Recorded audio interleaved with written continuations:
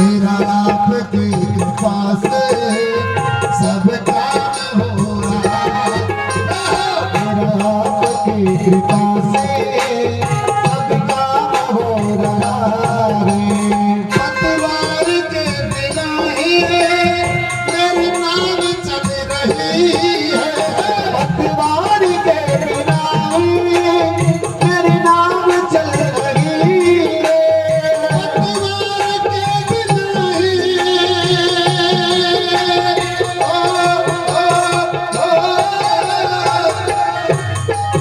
पतवार के बिना है मेरी नाव चल रहे हैं। पतवार के बिना ही मेरी नाव चल रही है। राम है जिसका मंजिल भी मिल रही है।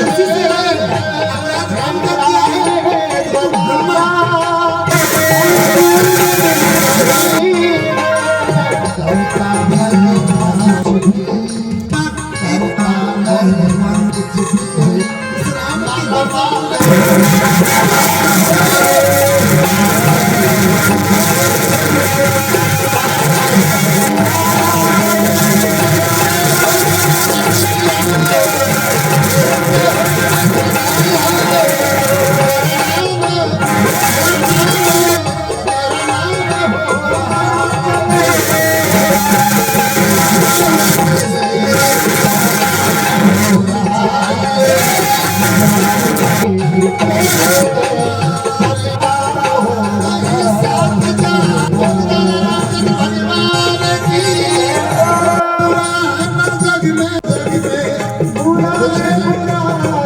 हो जाता है।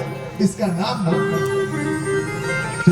गाड़ी देकर आप सब मैंने हाथ जोड़कर परमात्मा को निवेदन किया, प्रभु मुझे मोक्ष नहीं चाहिए,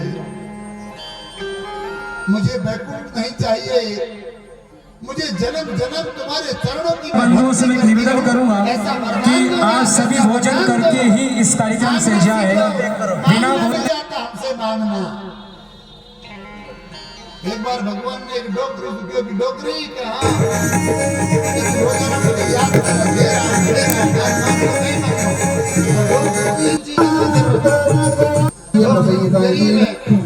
डोकरी के बेटा 12 साल में के बेटा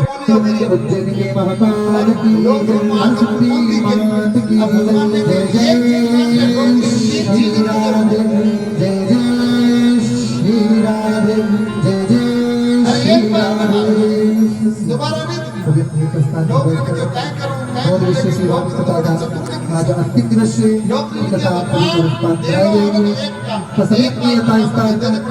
विराजमान होकर ज्ञान रूपी गंगा में गोता लगाकर अपने जीवन को धन्य बनाए और इस ज्ञान रूपी गंगा को अपने हृदय में प्रकट करते हुए भगवान का स्मरण करें।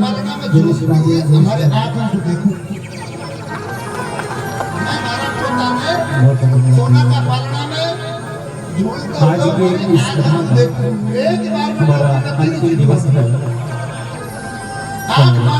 निश्चित रूप से सभी को रसपात कराई जाएगी, तो सभी अपने स्थान विराजमान होकर ज्ञान रूपी गंगा में गोता लगाकर अपने जीवन को धन्य बनाए और इस ज्ञान रूपी गंगा को अपने हृदय में प्रकट करते हुए भगवान का स्मरण करें। जय श्री राम। जय श्री राम। चौथा बोलने में भगवान भामनी कहकर के सभी को पुकारा, हे भामनी, हे जवान भामनी, आज के इस कथा का हे युवा भामनी, अंतिम दिवस है। यानी कि भक्ति में आज न कभी सभी को रसपात कराई जाएगी। आज के इस कथा का आप हमारा अंतिम अपने दिवस मन है में जवान बन जाओगे। और निश्चित रूप से आज का दिन भगवान माना मुझे भक्ति का 6 वरदान दिन दो, का एक फिर नवदा भक्ति बहुत बड़ा फल भगवान सातवें दिन के रूप यहाँ से दी जाएगी। और नवदा भक्ति के बाद में 10वीं भक्ति आदरणीय मैं आपको सुनाऊंगा तो सीताराम जी मीना जी विशिष्ट अभी तक नवदा भक्ति करती हो, 10वीं भक्ति का तो 10वीं वही करा सकता है जो सन्यासी आप और चला आपकी पूरी टीम नैनानिया गांव आसपास सुनेंगे आप? के निवासी गांव और जिनकी भी मन मस्तिष्क में इस कथा को आयोजन करवाने का सहयोग देने का विचार आया निश्चित रूप से वो सभी सुधा ईसाई और बहुत बहुत धन्यवाद देते हैं। आदरणीय दयाराम जी गुरु जी से जिन्हें केवल शिक्षा के माध्यम से बल्कि धार्मिक क्षेत्र में भी जिस प्रकार से योगदान दिया है, आने वाले समय में आपसे न जाने कितनी आत्माएं धार्मिक क्षेत्र में जुड़ने को प्रेरित होगी। और जिस प्रकार से आप अपने जीवन में आने वाले चैलेंजेस को, समस्याओं को बहुत तनिक सा महसूस करके उनको दरकिनार करते हुए आगे बढ़ रहे हैं, निश्चित रूप से सब मानव जाति के लिए आपका धार्मिक क्षेत्र में योगदान देना और जिस प्रकार से आप अपने शब्दों की महिमा का गुणगान करते हैं, शब्दों को रखते हैं श्री राम कथा के माध्यम से, श्री राम प्रभु के चरित्र के माध्यम से, वो दिखाता है कि आपके आंखों में आंसू बहते हुए किस प्रकार से हम अपने मानव जीवन में रहते हुए अपने मानव जीवन का पालन करते हुए धार्मिक क्षेत्र में रह सकते हैं। हो सकता है कि कथा के समापन में मुझे बोलने का अवसर न मिले या मेरे से दिमाग से बात निकल जाए, तो मैं चाहता हूं कि आपके तक आवाज पहुंचे। अभी कुछ ही समय पहले आदरणीय सर की जो भतीजी ईश्वर के चरणों में अपने आप को उन्होंने समर्पित कर दिया, वो शारीरिक रूप से हमारे बीच में नहीं है। एक बड़ा नुकसान आपके जीवन में उनको लेकर हुआ है। 2 साल काफी आप परेशान रहे और 2 साल कोविड के कोरोना के बीच में 4 साल जो अपने धार्मिक क्षेत्र में कथा के माध्यम से योगदान नहीं पाने का जो दुख झेला है, और 2 साल अपनी धार्मिक जो रही पत्नी आपके साथ हुआ है आपको उसके जीवन में बाउंस बैक करना, जीवन से उससे आगे होकर इस जीवन की जो हमारी आया है इससे आगे बढ़कर इस प्रकार से आपने कथा करने का वापस से जज्बा अपने आप के अंदर भरा और अपने जीवन की बहुत सारी समस्याओं को, अपनी जिम्मेदारियों को निभाते हुए आप आगे बढ़ेंगे। मैं ईश्वर से कामना करता हूँ कि जुनून जज्बे हौसले के साथ आगे बढ़ रहे हैं तो हमेशा हमेशा याद किया जाएगा। मैं चाहूंगा कि माताएं, बहनें और पुरुष भाई जितने भी यहाँ पर मौजूद हैं एक बार सबके सम्मान में जोरदार तालियों से स्वागत करें सकता जिसकी पत्नी खो चुकी हो कुछ समय पहले आपके सामने हम सबको कथा कराते हुए उनकी आंखों में आंसू दे रहे हैं और क्या चाहेंगे हम एक इंसान से, कितना कर सकता है आपके लिए। मैं पूरा धन्यवाद देना चाहूंगा आदरणीय सीताराम जी सर, मीना जी सर, शिक्षा विभाग से जिस प्रकार से सहयोग कर रहे हैं। यहाँ पर पिछली बार नहीं हो पाई थी किसी कारणवश आपके कोरोना की वजह से, लेकिन इस बार आपने उनसे कहा सीताराम जी सर ने गुरु जी से और इस बार कथा संपन्न होगी परोक्ष और परोक्ष रूप से इस कथा में बहुत लोगों का योगदान होगा। गुरु जी ने कहीं न कहीं सभी जानकारी पहुँचाई। एक दिन हम भी आए थे लेकिन थोड़ा सा समय हम ही दे पाए। आज थोड़ा पूरा प्रयास करूंगी गुरु जी के साथ पूरा जुड़ो आखिरी समय तक और जितना भी इस कथा के माध्यम से हम आप तक पहुँचाने प्रयास करेंगे कि आपके जीवन में वो आगे भी जुड़ता रहे। गुरु जी का एक बात ही उद्देश्य है कथा को सुनना नहीं, कथा को जीवन में उतारना है। अगर कथा को एक शब्द को मेरा जीवन में उतार पाए तो मुझे लगता है कि गुरु जी का जो सपना है, गुरु जी की जो सोच है, जिस प्रकार से कड़वे वचन आप रखते हैं, मनुष्य जीवन को किस प्रकार से जी सकते हैं, जिस सोच के साथ आप रखते हैं, निश्चित रूप से पूरा होगा। हम इस कथा की तरफ भी बढ़ेंगे क्योंकि हमारी आखिरी दिन है तो समय कम रहता है क्योंकि भोजन परेशानी या अन्य भी टाइम चलते हैं। हम इस कथा की शुरुआत करते हैं गुरु जी के साथ में आते 4 बार भारत माता की जय बोलेंगे। आप दोनों के हाथ माताओं के और खुश करके दोनों हाथ खड़े ऊपर रखें, दोनों हाथ 4 हाथ करके बहुत सारी जोर से आवाज के साथ बाहर तक इस पंडाल से जाएगी।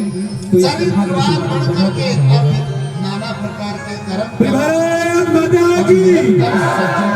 पहली बार में आप सभी के हाथ उठे, लेकिन 2 बार और हम खड़ा करना चाहेंगे। आवाज ज्यादा होनी चाहिए, जोर से पंडाल से बाहर तक चली जाइए। 6 दिन तक आपने जो सुना है, 7वें दिन तक 20 दिन तक छोटी मैं परीक्षा में लेता रहूंगा अगर मुझे पता लगा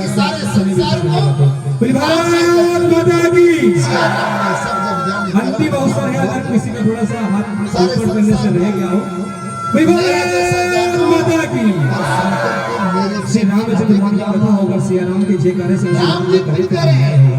बोलिए सिया रामचंद्र भगवान की। समय को ज्यादा नहीं लगता है, वैसे मैं प्रवेश करना चाहूंगा। आपने मुझे सुना मेरी वाणी को समझ लिया। एक छोटा सा बालक कृपा आगे मारकर प्रवेश कर ये कथा जो चल रही है अखंड लाइन इसके माध्यम से आप यूट्यूब पर इसका प्रायोजन बाद में भी ले सकते हैं। अगर आपको जीवन को अच्छा लगे इस तरह को आप अखंड लाइन पर नहीं सकते हैं। आप सभी ने मुझे सुना, इसके लिए आपका बहुत बहुत धन्यवाद।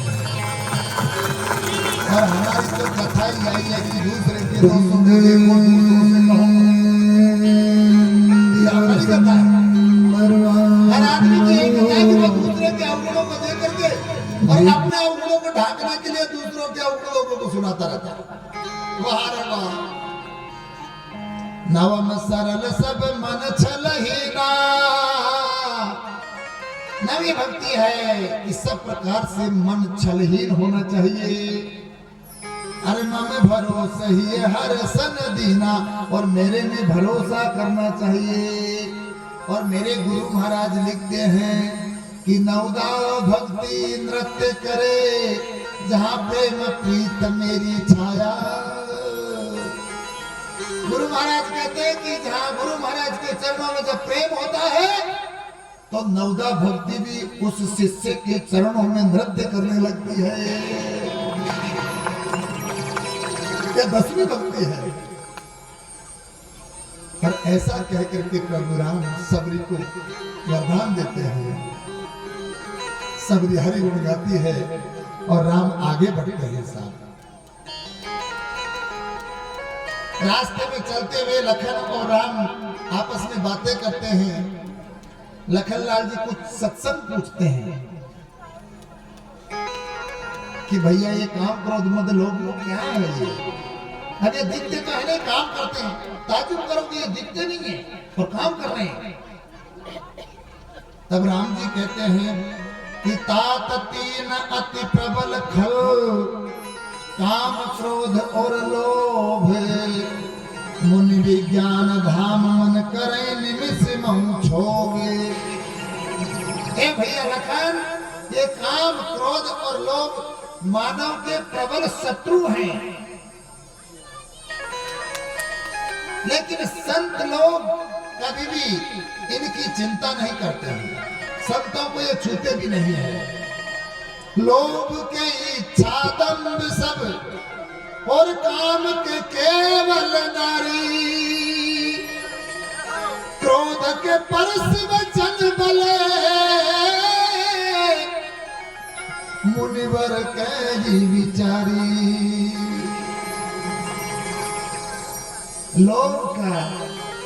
लोभ से आदमी घमंड में आता है, दंभ।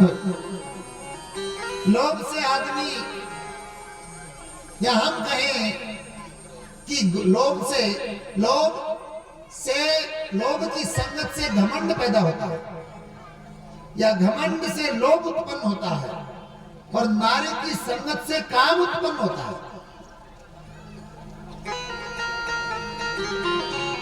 और कठोर वचन बोलने से क्रोध की उत्पत्ति होती है।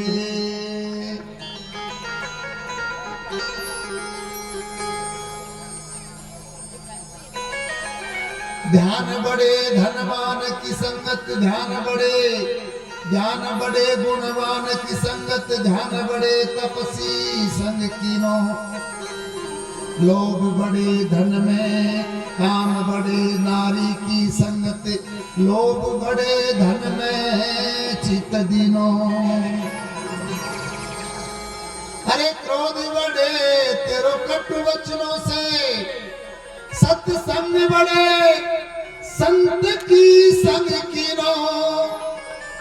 कहे सुखदेव हरि भजन बड़े, नित्य प्रति राम कथा में नाणो। रोज रामायण पढ़ने से आदमी का हरि भजन प्रबल हो जाता है।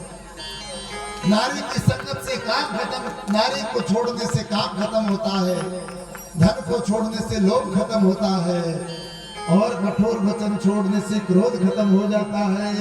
इसलिए आदमी को समय समय पर धन दान में देना चाहिए, नारी का त्याग करना चाहिए, और कभी भी कठोर वचन नहीं बोलने चाहिए। बोल बाके बिहारी लाल की जय। और सीता को ढूंढते ढूंढते दोनों भाई आगे बढ़ते हैं और फिर दोनों भाई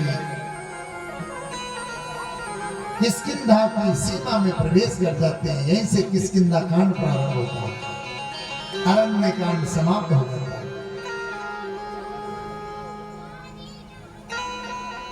किष्किंधा में एक ऋषिमुख पर्वत है। ऋषिमुख का क्या अर्थ है? ऋषि मुख का मतलब होता है जहाँ ऋषियों के मुख से निकले हुए शब्द रूपी सत्संग का पर्वत। नाम देखेंगे आप, ऋषि मुख।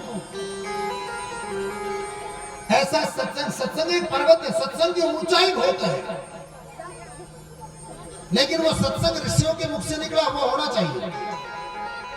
और अगर कोई गलती से ऋषि मुख पर्वत के ऊपर जाकर बैठ जाए, यानी कि सत्संग की ऊंचाइयों को छू ले, सत्संग की चोटी पर जाकर के बैठ जाए, तो बाली जैसा महाकर्म भी उस आदमी का कुछ नहीं बिगाड़ सकता है। पाप भी उस आदमी के नजदीक नहीं जा सकता, चाहे कितना ही बड़ा पापी क्यों न हो।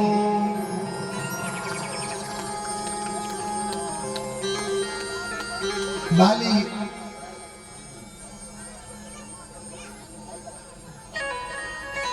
ने सुग्रीव को घर से निकाला। यहीं से ले लेते हैं, क्योंकि ज्यादा भीतर जाएंगे तो कथा लंबी हो जाएगी। एक युद्ध में राक्षस से युद्ध करते हुए बाली एक गुफा में चले गए। राक्षस को मारा बाली ने, मार भी दिया, लेकिन उसका रक्त जब बहा तो सुग्रीव बाहर दरवाजे पे बैठा बैठा घबराया।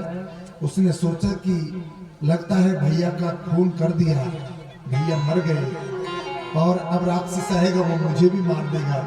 तो सुग्रीव उस गुफा के एक बहुत बड़ी शिला लगा करके वहां से भाग गए। फिर बाली जब शिला हटा करके बहुत मशक्कत के बाद में शिला हटा करके आए तो देखा कि सुग्रीव तो राजा बन के बैठा है। तो सुग्रीव की धर्म पत्नी को बाली ने छीन लिया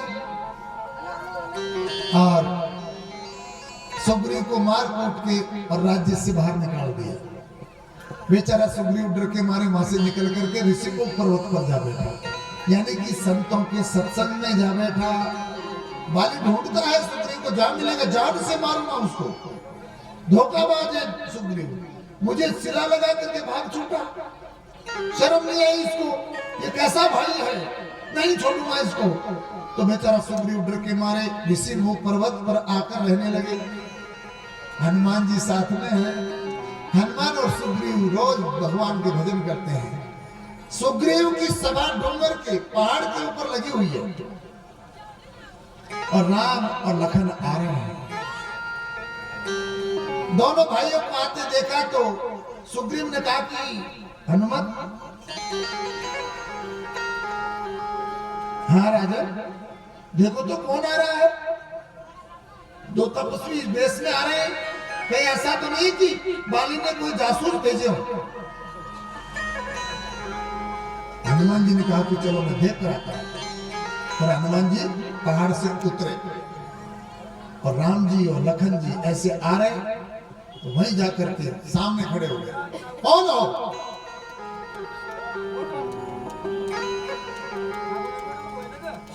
राम जी ने कहा कि आप कौन हो? अरे हमारे घर में आकर के हमसे पता पूछते हो? हमारे घर में आए हो तो हम पता पूछेंगे तुम कौन हो? राम जी ने कहा हाँ, दशरथ के दो पुत्र राजकुमार, मैं राम, ये मेरा छोटा भाई लखन है। अच्छा, तुम वही हो जिसने ऋषि नारी का उद्धार किया था? वो गुरु कृपा थी। अच्छा, तुम वही हो जो अपने माँ बापों के कहने से महल छोड़ करके जंगल में 14 साल के लिए? वह माता पिता कृपा थी। अच्छा, आप वही हो जो केवट की नौका में बैठ करके और केवट के 21 पीढ़ी आगे और 21 पीढ़ी पीछे की तैयार करके बैकुंठ में पहुंचा दी? ये भक्त कृपा थी। अरे तो आप ये जंगल में क्यों घूम रहे हो? हमने तो सुना है कि तुम 3 लोग हैं, राम है, लखन है, सीता। हमारी पत्नी को कोई राक्षस उठा करके ले गए, हम उसी के वियोग में घूमते घूमते उसको ढूंढ रहे हैं। भाई आपको अगर कोई पता हो तो पता बताएं। लखन धीरे धीरे गहराइयों में जाने लगे। आप वही हो ना जो अत्रि ऋषि के आश्रम पर रुके थे? हाँ, आप वही हो ना जिसने जयंत की आंख फोड़ दी? हाँ, हम वही हैं। और इतना कहते ही हनुमान जी महाराज ने अपना शुद्ध बुद्ध भूल करके दोनों चरण पकड़ लिए। प्रभु प्रभु, आप वही हो जिसका इंतजार इस जंगल में हनुमान कर रहा है। मेरे नाथ, आप वही हैं, आप वही हैं। हनुमत ने जब चरण पकड़े तो राम जी छुड़ाते हैं, लेकिन चरण छोड़ते नहीं हनुमान जी। अरे भैया छोड़ो। नहीं प्रभु, नहीं प्रभु। इन चरणों का पूरे जीवन में इंतजार करते करते देखो तो सही में कितना बड़ा हो गया। राम कथा कहती है कि एक बार जब चरण पकड़ लो तो संभल के पकड़ो, और पकड़ने के बाद में छोड़ दो, फिर मत छोड़ो। नहीं छोड़ी हनुमान जी ने। राम जी ने उठा करके हृदय में लगाया और हृदय से लगा करके कहा, आपने हमारी सीता को देखा है? हनुमान जी ने कहा, प्रभु देखा तो नहीं, पर ये भरोसा है कि ये दास आपके चरणों में आया है तो ये दास आपकी सीता को जरूर देखेगा। ये भरोसा है, जरूर देखेगा ना। आप चले, हमारे राजा सुग्रीव है, मैं आपकी सुग्रीव से मित्रता करवा दूंगा। मित्रता की नहीं जाती है, मित्रता करवाई जाती है। और कोई ब्रह्मचारी और पवित्र विवेकी व्यक्ति ही मित्रता की परिभाषा को जानता है। पहली बार किसी ने कहा कि आओ हम हमारे राजा सुग्रीव से आपकी मित्रता करवाते हैं, फिर आपकी जो सीता है उसका जरूर पता लगा। लेकिन प्रभु आप मुझे ये बताएं कि आप मेरे से प्रेम कितना करते हो, क्योंकि हम तो पहली बार मिले हैं। तो राम जी ने कहा कि मैं, लखन का हाथ पकड़ करके कहा कि मैं, हे हनुमान, इस लखन से भी दूना प्रेम तुझसे करता हूं। इतना कहते ही लखन लाल जी के चेहरे पर उदासी छा गई। लखन ने कहा, भैया महल छोड़े, माँ छोड़ी, पत्नी छोड़ी, अवध छोड़ा, मित्र छोड़े, सारे नगरवासी छोड़ दिए आपके लिए, और एक आदमी अभी अभी आपको मिला है और आपने पलक झपकते ही इतनी सी देर में आपने कह दिया कि हे अनुमत मैं आपसे दूना प्रेम करता हूं। तो क्या हम इतने कमजोर हैं प्रेम करने में?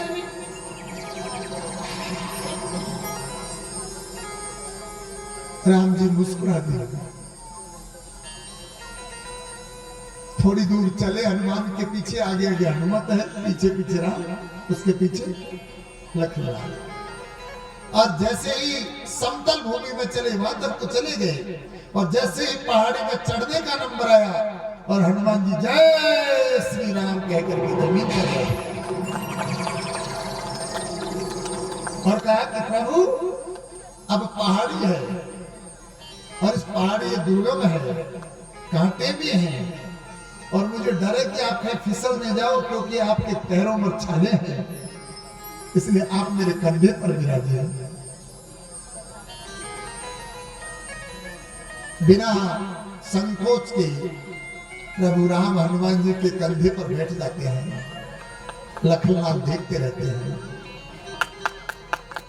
कि लखन की तरफ देख करके हनुमत ने कहा कि भैया आप इस कत्ते पर बैठ जाओ ताकि बैलेंस हो जाएगा। और हनुमान जी इस कंधे पर बैठ गए। दोनों भाइयों के मुंह आपस में एक दूसरे की तरफ है। आज जब हनुमान जी दोनों भाइयों को कंधे पर बिठा करके ले जाने लगे, जिसके कंधों पर ज्ञान और वैराग का वजन रहता है वही आदमी भक्त बन सकता है। बिना ज्ञान और वैराग के कोई ब्रह्मचारी नहीं हो सकता और न भगत हो सकता है। बराबर से ज्ञान और वैराग को अपने घट में संजो करके रखो, इसका नाम भक्ति है।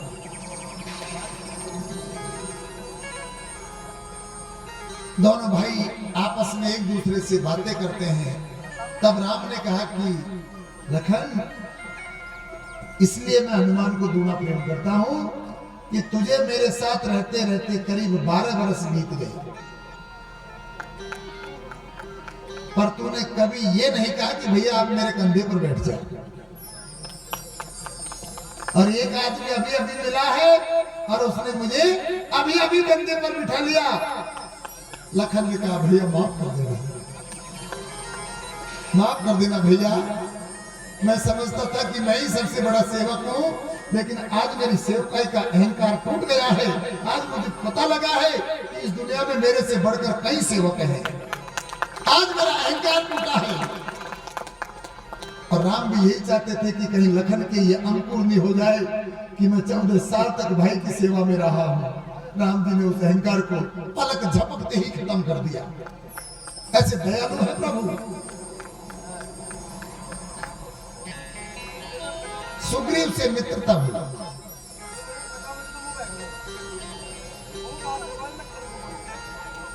सुग्रीव ने कहा कि हम महाराज जी वचन देते हैं कि हम सीता का पता लगाएंगे, लेकिन मेरा जो भाई है बाली, मैं चाहता हूं कि हम हमारे राज्य में चले जाएं और थोड़ी रहने की जगह हमको मिल जाए प्रभु। हम कहां तक इन पर्वतों में घूमते फिरेंगे। राम जी ने कहा कि उस व्यवस्था की जिम्मेदारी मेरी है। 2-4 दिन रुके और राम जी ने कहा कि जाओ और बाली से युद्ध करो। प्रभु मार देगा, वो मुझे मार देगा। आप जानते नहीं हो, बाली वही है जो रावण जैसे योद्धाओं को 6 महीना तक आंख में लेकर के घूमते रहते हैं। और रावण की खोपड़ी में जुआ पड़ गई और बाली भूल गया कि मेरी आंख में रावण दब रही हो। उसका नाम बाली है।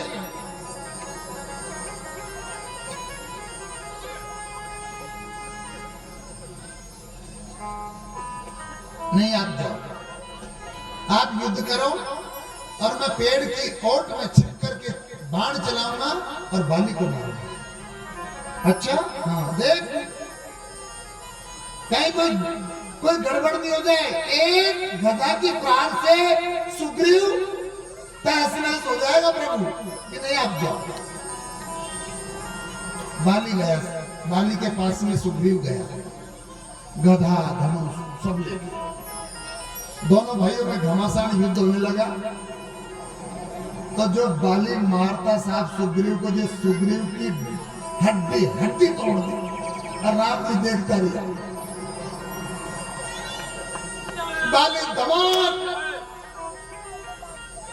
जो गधा मारे और सुग्रीव है ना, जो जमीन में लोटपोट हो गया और भगा भगा करके बाली मारी सा। हड्डी कई जगह, हजारों जगह से टूट टूट चकनाचूर होगी। आखिरकार बाली से सुग्रीव ने बहुत मुश्किल से प्राण बचाए और झूठ कर दौड़ करके और बांदरों के द्वारा बाली के सुग्रीव के कंधे पकड़ करके और पर्वत पर घसीट करके लाए। हल्द और तेल गरम कर लाग गया मसड़। थोड़ी देर बाद में राम और लखन आए। राम जी ने देखा और बाली क्या सुग्रीव क्रोध में आ गया। सुग्रीव ने कहा कि इसीलिए मित्रता की है, तेरी सीता गई भाड़ में और तू जा भाड़ में, हनुमान या मित्र तू काजू ढूंढ ले, सीता जा मरवाया होता, एक ही बाण में मार दूंगा, और हमारी बोटी बोटी करवा दिया ये मित्र ने। मारे मित्र, जब सुग्रीव को गुस्सा आया तो राम जी ने सुग्रीव के सिर पर हाथ रखा, और हाथ रखते ही सुग्रीव तो तर्म ताजा हो गया साहब। ऐसा लगा जैसे सुग्रीव का पुनर्जन्म हो गया हो। सुग्रीव तो बालक की तरह एकदम पूरा शरीर फूल की तरह खिल उठा। सुग्रीव ने कहा ये क्या हुआ? गुरु वह होता है जो पहले भरोसा दिलाता है, उसके बाद में मैदान में उतारता है। सुग्रीव से कहा प्रभु राम,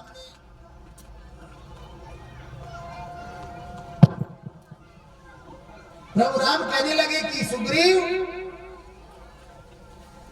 ये तो मेरी तेरी परीक्षा थी, अब कल तुझे लड़ना है।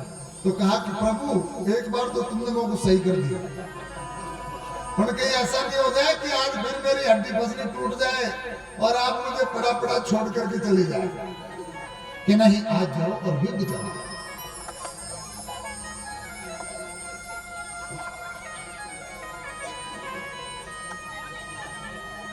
सुग्रीव ने जाकर के बाली को फिर ललकारा, ए बाली बाहर निकल।